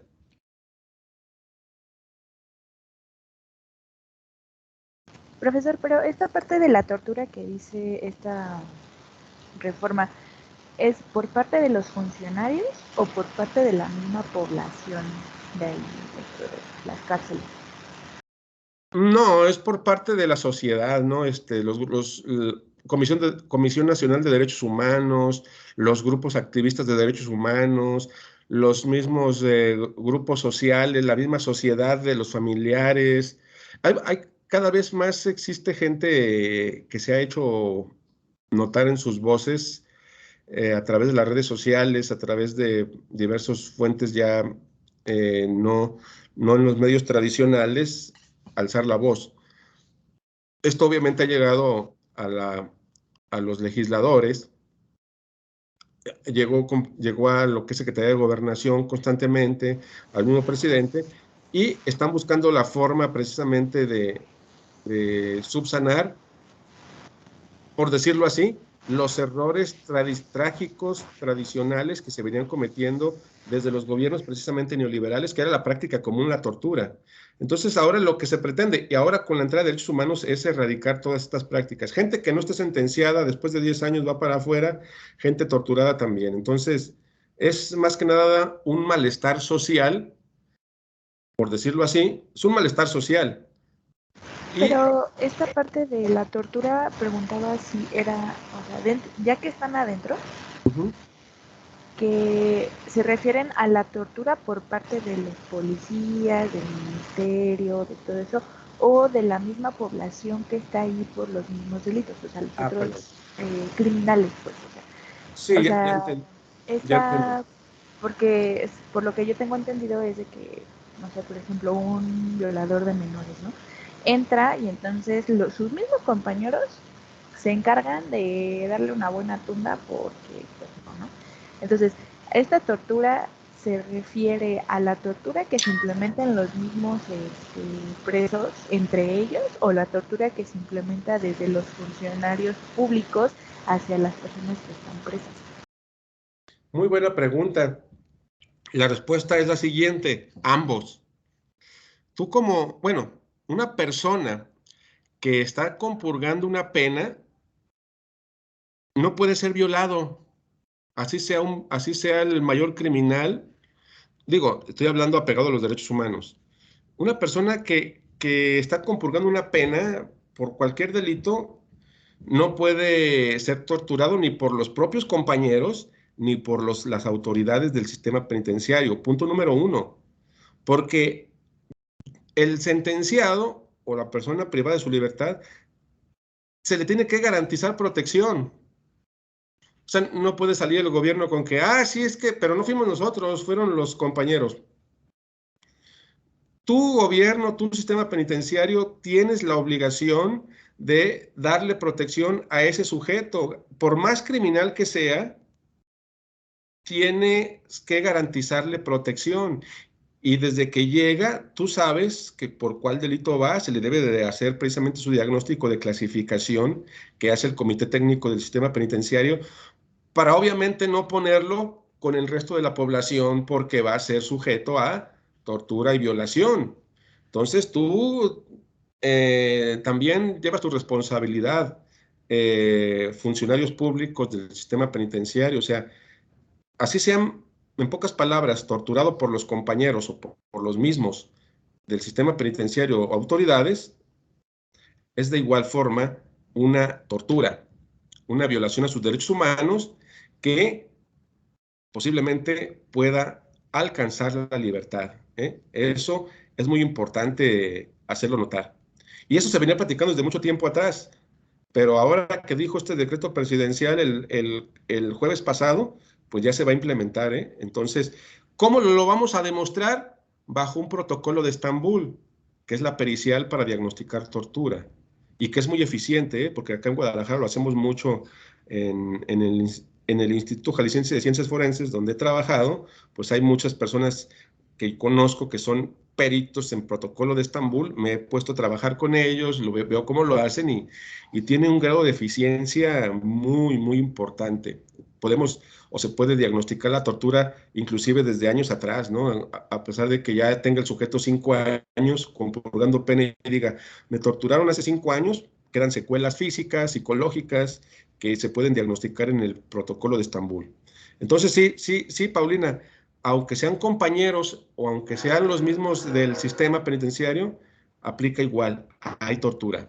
Unos porque lo hicieron y otros porque lo permitieron. No puedes permitirlo tú como sistema de autoridad del sistema penitenciario, válgame la redundancia, a que permitas esa práctica. Tú tienes que dar la protección a el sujeto.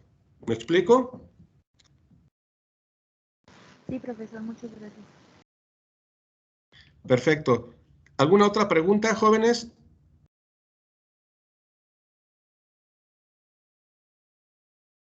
No, profesor, todo bien, gracias. Bien.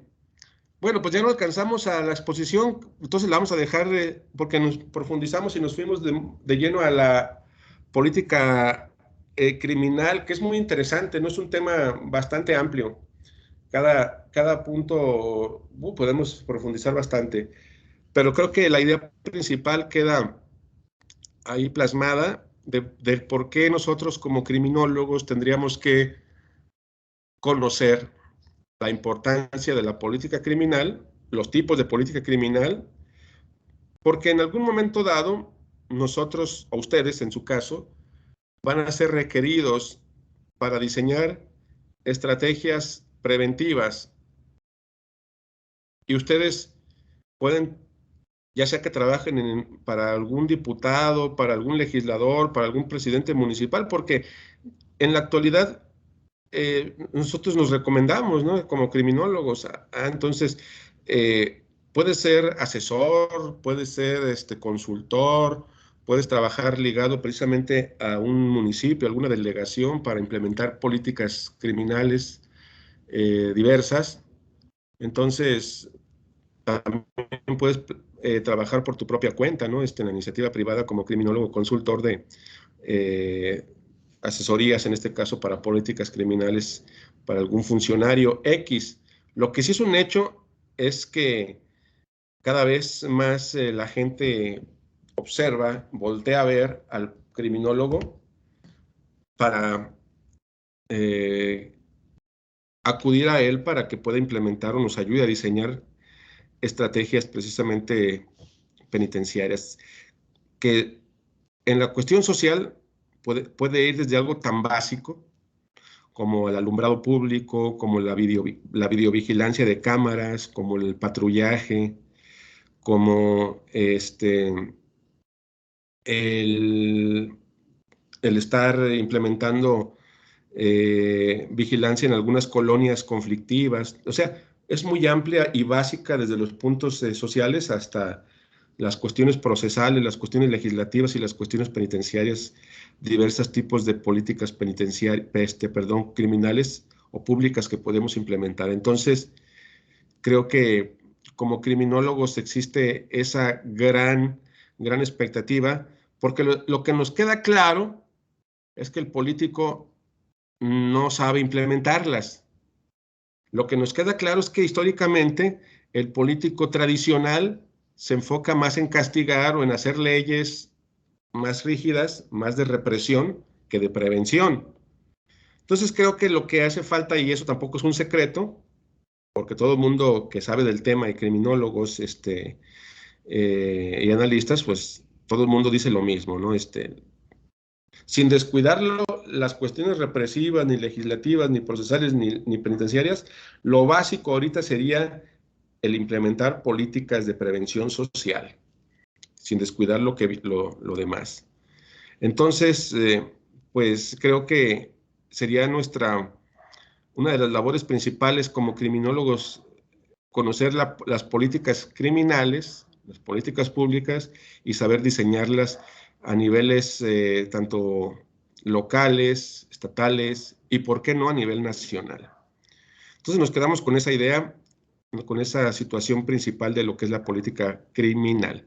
¿Alguna duda para cerrar el tema? ¿Tienen alguna pregunta para finalizar? No, profesor, todo muy bien. Bien, entonces nos vemos el próximo, bueno, dejen nombro lista, perdón. Nos sería asistencia a los que tengo conectados, que es Ana Paulina. Presente. Ángel López. Presente, profe. Ok, Ángela Citlali.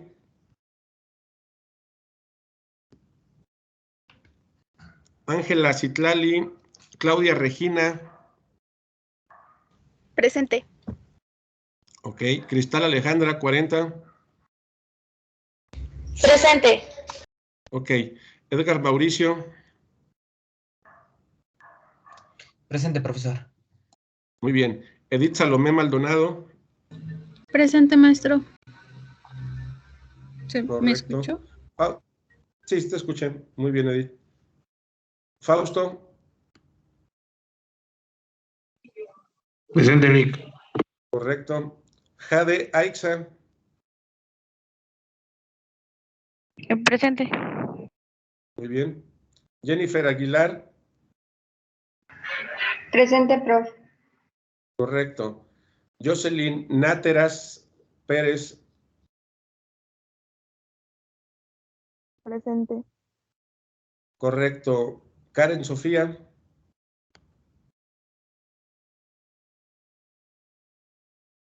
Karen Sofía Martínez Villarreal. Karina Itzel Mondragón.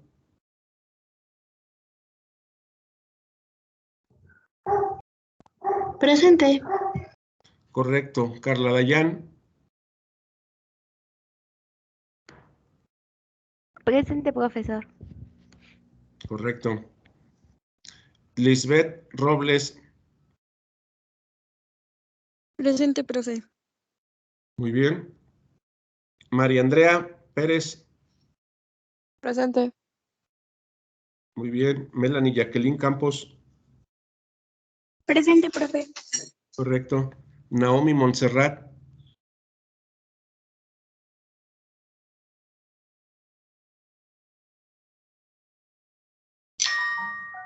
Ok, Naomi, ya vi tu mensaje. Natalie Margarita.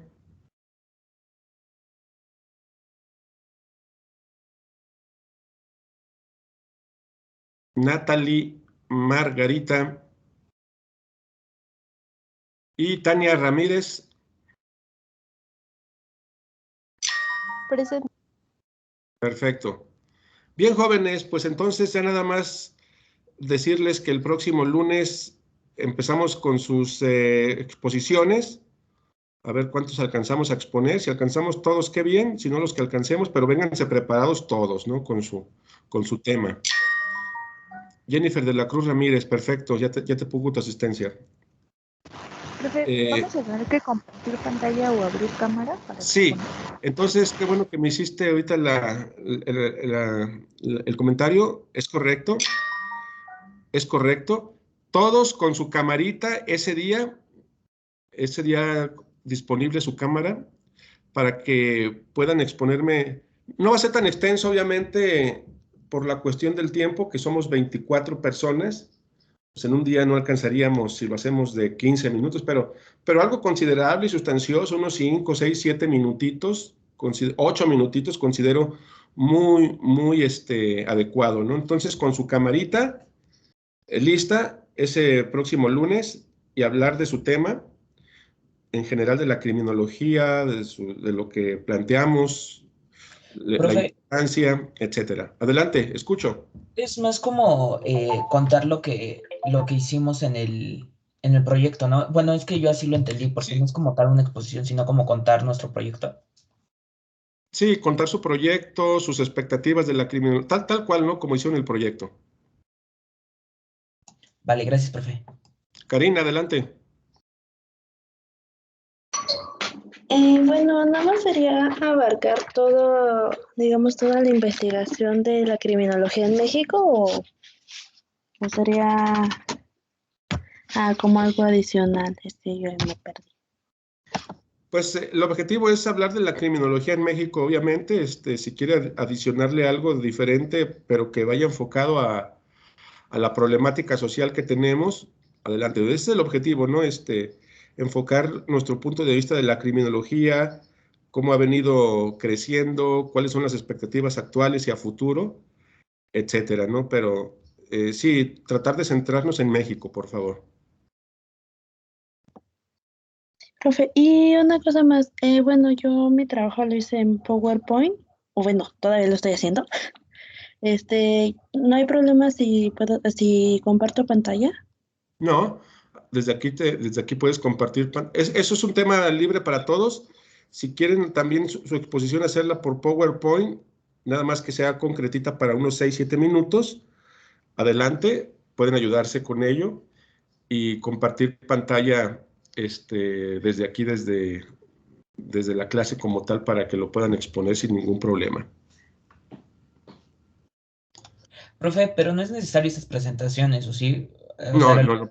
Por eso le estoy diciendo que los que quieran en PowerPoint, si no, con tu proyecto que me lo subas a plataforma y que me lo platiques ese día aquí por cámara, no hay ningún problema. Vale, gracias, profesor. Que tenga buen día. Gracias, jovencitas. ¿Alguien más? Ángel, adelante. O sea, nada más, o sea, le podemos subir el trabajo que nos dijo que hiciera en Word y sin necesidad del de PowerPoint, exponérselo aquí en clase, ¿no? Así es. Lo que sí es un hecho es el trabajo física, bueno, que me lo van a subir a plataforma, es el Word. Y exponerlo verbalmente el día lunes. Si tú quieres en tu exposición añadirlo como PowerPoint cuando expongas, pues adelante, ¿no? Si no, no hay problema, solamente nos lo platicas. Perfecto, profesor. Gracias. De nada. Ok, Yair, ya te puse tu asistencia. Si no hay ninguna pregunta más, que tengan buen fin de semana. Nos vemos, cuídense mucho. Gracias, profesor. Excelente día y fin de semana. Nos vemos. Hasta luego, buen fin.